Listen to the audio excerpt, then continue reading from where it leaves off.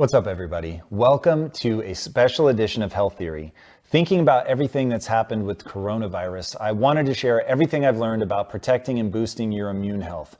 So lean in, wash your hands, and get ready to become immune. Hint, it's all in your gut. What exactly should we be eating for immune health? Well, all food is information, not just calories. It's all information. It's instructions. It's literally like code that programs your biology with every bite. So At like an epigenetic level, it's in every level. So every bite of food you take can change your gene expression across a whole range of genes. So you drink green tea or eat broccoli, you upregulate the gene called glutathione transferase that helps you detoxify heavy metals, environmental chemicals, metabolic toxins. So it regulates your genes. It regulates your hormones. So if you eat a lot of starch and sugar, it increases insulin, lowers testosterone, increases estrogen, for example. It affects your brain chemistry and what your hunger hormones are, your craving levels are, and what foods you're attracted to. It affects your immune system. And it regulates inflammation, or it's anti-inflammatory. It regulates your microbiome with every bite. So every single system of your body is regulated by the quality of the food you eat. And when you realize you shouldn't just focus on calories, you should focus on quality, and the information you're eating changes everything. So that's really what I have people focus on. And I think when people do that, then you have a different relationship to your food. You go, well, am I going to eat toxic information, or am I going to eat healing information? So if you had to just put together an all-weather eating strategy, what would the ideal, in air quotes, diet I wrote about it. I wrote a whole book about it. It's called Food, What the Heck Should I Eat? And it's about these principles, I call them the Pegan principles. And it's really focused on quality first, right?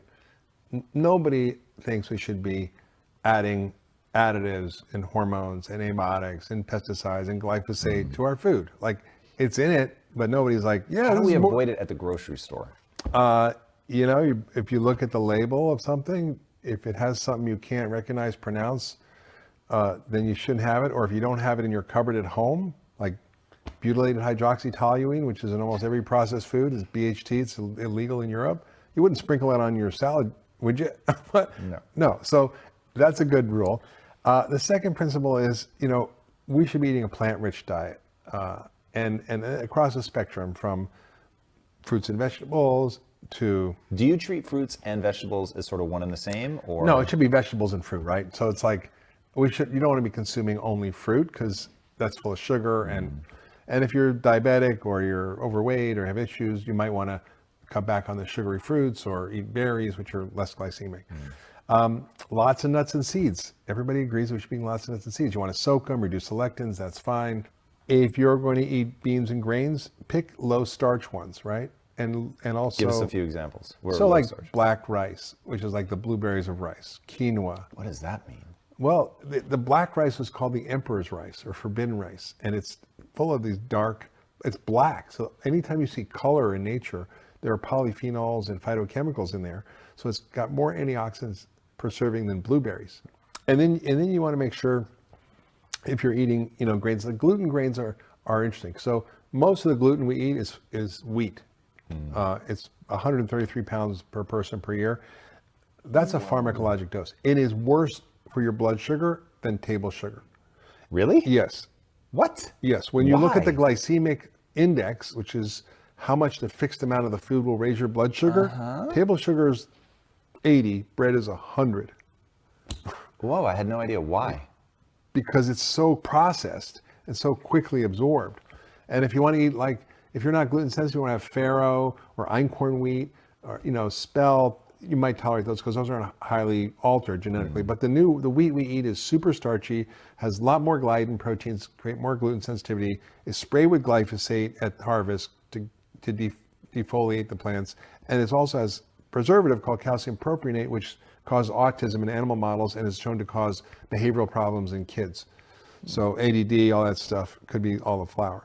So I'm not a big flour person, plus it's just like sugar. So if you want to have other grains, if you're not gluten sensitive, like rye or barley, that's fine. And then beans, again, lima beans, kidney beans. Look, 75% of Americans are overweight. So most people should be eating a lot of starch. And that, you have to eat 3 cups of beans to get the equivalent of like 4-6 ounces of protein. So I have this lentils and things like that, which are lower starch beans, the zuki beans, other kinds of beans. I talk about them in my book. And then if you're eating animal products, you want to eat animal products that are not going to hurt the animals, not going to hurt you, and not going to hurt the environment, right? So for beef, it should be regeneratively raised ideally, which is hard to find, but you can actually get more and more of that around, and there's ways to do it by looking online to get it.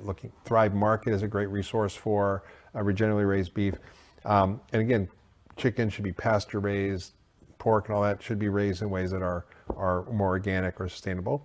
Fish, you want to eat fish that's sustainably harvested or sustainably, organically aquacultured, because we over harvest the fish, and then we don't eat big fish. It's like full of mercury and tuna and swordfish. Just because they've lived longer? Well, what happens is the coal and all the fossil fuels go in the ocean, go in the algae, get stored in the algae. The little fish eat the algae, then the bigger fish eat the little fish, and it goes on up the food chain. And when you got a swordfish or a tuna, these are monster fish, and they bioaccumulated all this.